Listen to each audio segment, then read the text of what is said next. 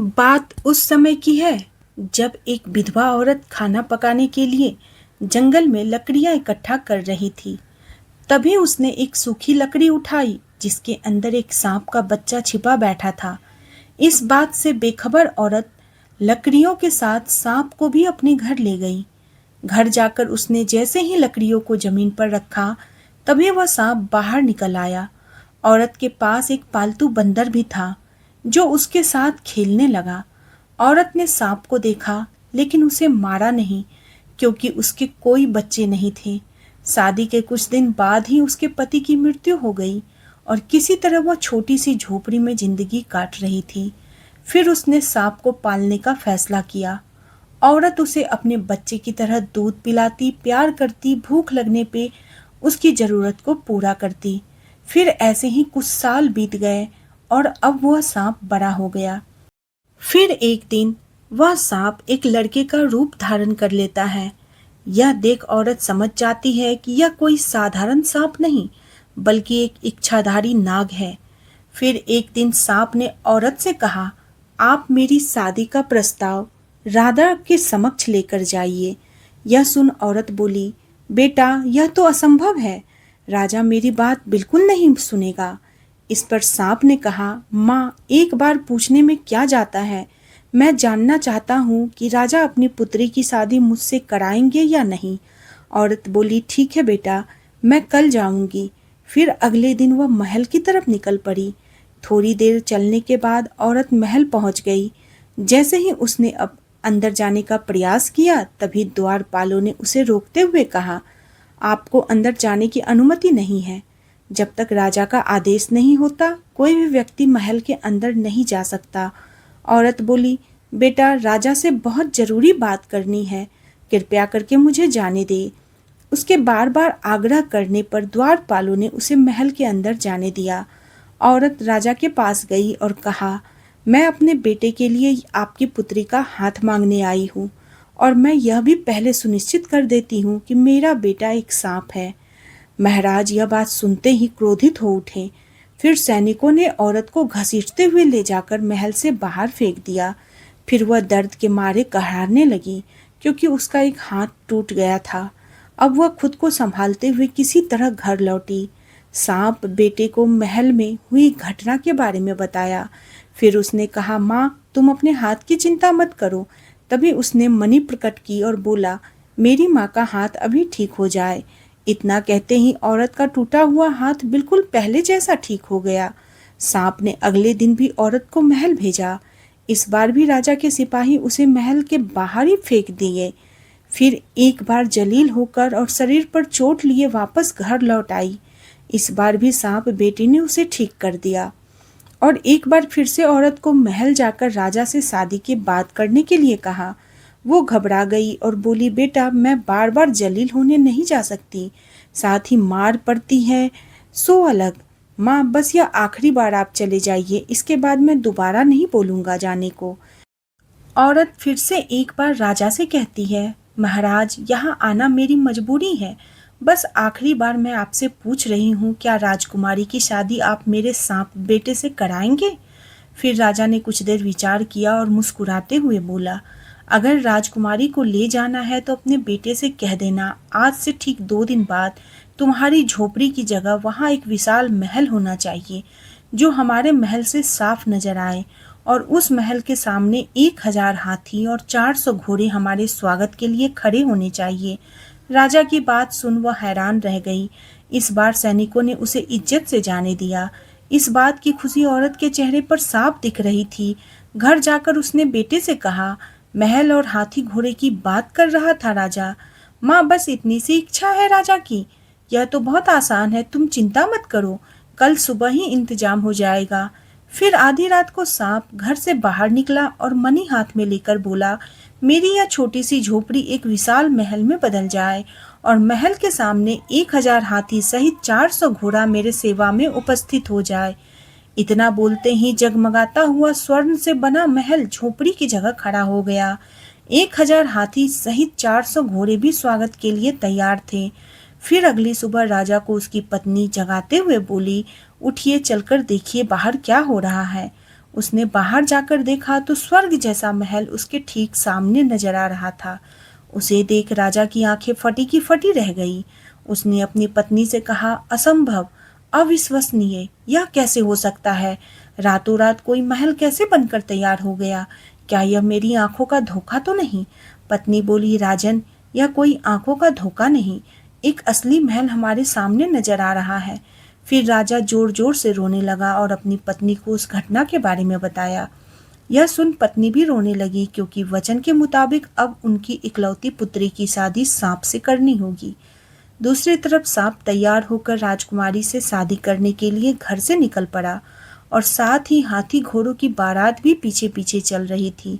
राजकुमारी ने बिना चेहरा देखे उससे शादी कर ली।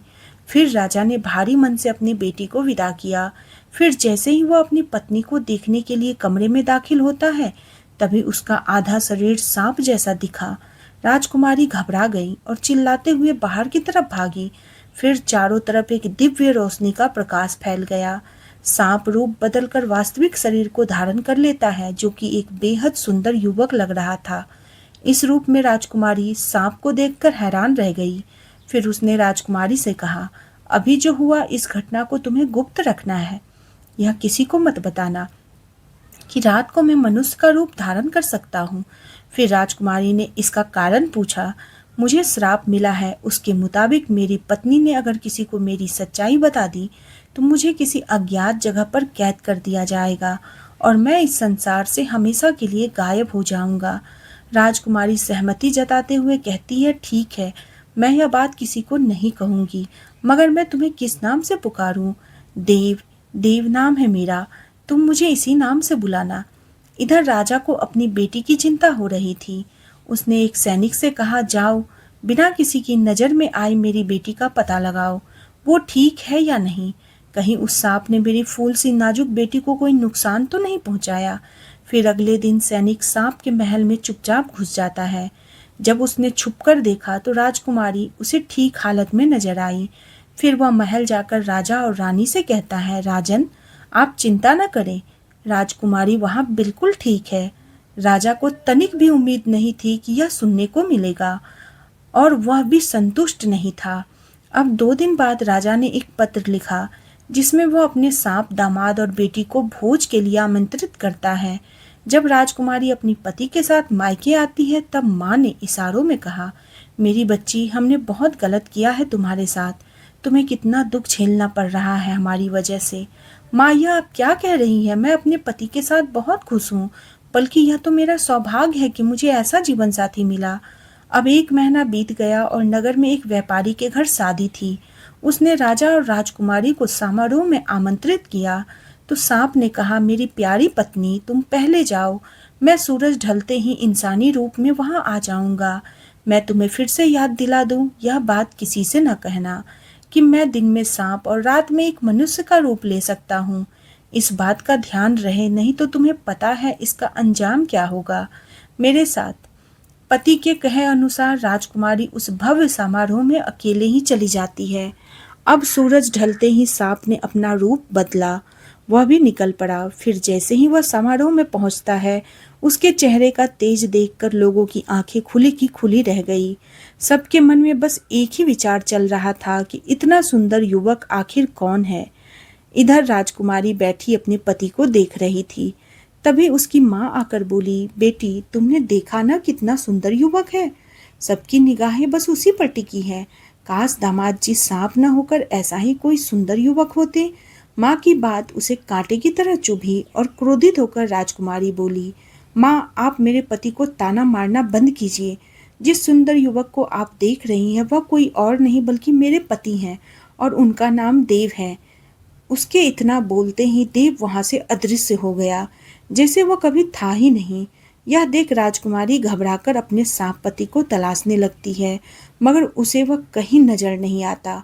पति के ना मिलने पर अब वह जोर जोर से रोने लगती है। यह देख माँ ने कहा, मेरी बच्ची, तुम रो क्यों रही हो? आखिर ऐसा क्या हो गया? मुझसे बहुत बड़ी भूल हो गई माँ, जो मैंने आपको उनकी सच्चाई बता दी। मगर अब कुछ नहीं हो सकता, मेरे पति मुझे छोड़कर हमेशा के लिए जा चुके हैं। बेटी, फिर तो ये सारा दोष मेरा है। ना मैं दामाद जी की बुराई करती, ना तुझे कुछ कहना पड़ता। राजकुमारी बोली, मैं अपने पति से बहुत प्यार करती हूँ, चाहे वह कहीं भी हो, मुझे उन्हें ढूंढना ही होगा। फिर अगली सुबह राजकुमारी सफर के लिए निकली, साथ में जरूरी सामान ले लिए, पति की तलाश करने घर से निकल पड़ी। 4 दिन हो गए, राजकुमारी भूखी प्यासी बिना रुके चलती रही। जंगल में न जानवरों का डर, न कमजोर शरीर उसके इरादे को तोड़ पाया। थकान से चूर चूर वह एक जंगल से गुजर रही थी। तभी उसके सामने एक बूढ़ा व्यक्ति आया और कहा, तुम्हें उत्तर दिशा में जाना चाहिए, वहां तुम्हें इंद्रदेव मिलेंगे। अब वही तुम्हारे पति के बारे में कुछ बता पाएंगे। राजकुमारी उत्तर दिशा की तरफ चल पड़ी। कुछ देर चलने के बाद वह इंद्रदेव के पास पहुंची। फिर उसने पूछा, हे प्रभु, मैं अपने खोए पति को ढूंढ रही हूँ, क्या आप जानते हैं वो मुझे कहाँ मिलेंगे? यहाँ से थोड़ी दूरी पर समुद्र है, वहां जाकर समुद्र के देवता वरुण देव से पूछना। मुझे पूरा विश्वास है उन्हें जरूर मालूम होगा तुम्हारे पति कहाँ हैं। अब राजकुमारी समुद्र के दिशा में चलने लगी। क्या जंगल, क्या पहाड़, चिलचिलाती धूप हो या मूसलाधार बारिश, यह सब सहते हुए 3 दिन के बाद वह आखिरकार समुद्र किनारे पहुंच गई। फिर हाथ जोड़कर उसने समुद्र देव को पुकारा। उनके आते ही राजकुमारी ने रो रो कर अपने पति के बारे में बताया, कैसे वह एक पल में ही कहीं गायब हो गए। प्रभु, अब तो कोई दिन बीत गए उन्हें गायब हुए, मैं आपसे विनती करती हूँ, कृपया मुझे एक बार उनका पता बता दे, नहीं तो मैं उनकी तलाश करते हुए अपनी प्राण त्याग दूंगी। यह सुन वरुण देव बोले, तुम्हें प्राण त्यागने की आवश्यकता नहीं, तुम्हारे पति सही सलामत हैं, लेकिन वे समुद्र के उस पार दूसरे छोर पर जंगलों के बीच एक खूंखार चुड़ैल के कब्जे में है, जो आत्माओं से सौदा कर उन्हें छल पूर्वक अपना गुलाम बना लेती है। इस पर राजकुमारी कहती है, चाहे वह कितनी भी ताकतवर चुड़ैल क्यों न हो, मैं वहां जाऊंगी, उसके चंगुल से अपने पति को छुड़ाकर वापस लेकर आऊंगी। बस आप से इतनी गुजारिश है, मुझे समुद्र पार उस जगह तक पहुंचा दे।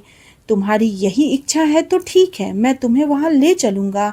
फिर वरुण देव, उन्होंने एक मछली का रूप धारण किया और राजकुमारी को अपने पीठ पर बैठाकर तूफान के रफ्तार से तैरते हुए बस कुछ ही क्षणों में समुद्र के पार कर दूसरे छोर पर पहुंचा दिया। अब जैसे ही वह एक पेड़ के नीचे आराम करने बैठी, तभी एक भयानक हंसी उस जगह गूंजने लगी। फिर पल भर में चुड़ैल राजकुमारी के सामने प्रकट हुई। वह भागते हुए उससे पहले ही चुड़ैल ने उसे पकड़ लिया और उठाकर अपने साथ ले गई। जब वह राजकुमारी को अपने घर लेकर आई, वही पिंजरे में कैद देव ने अपनी पत्नी को तुरंत पहचान लिया। राजकुमारी ने भी उसे देख लिया, मगर वे दोनों ही खामोश रहे। अब चुड़ैल कहती है, तुम्हें यही रहना है, मैं शिकार करने जा रही हूँ, अगर कहीं भागने की कोशिश की तो मैं तुम्हें कच्चा खा जाऊंगी। इतना बोलकर वह चली गई।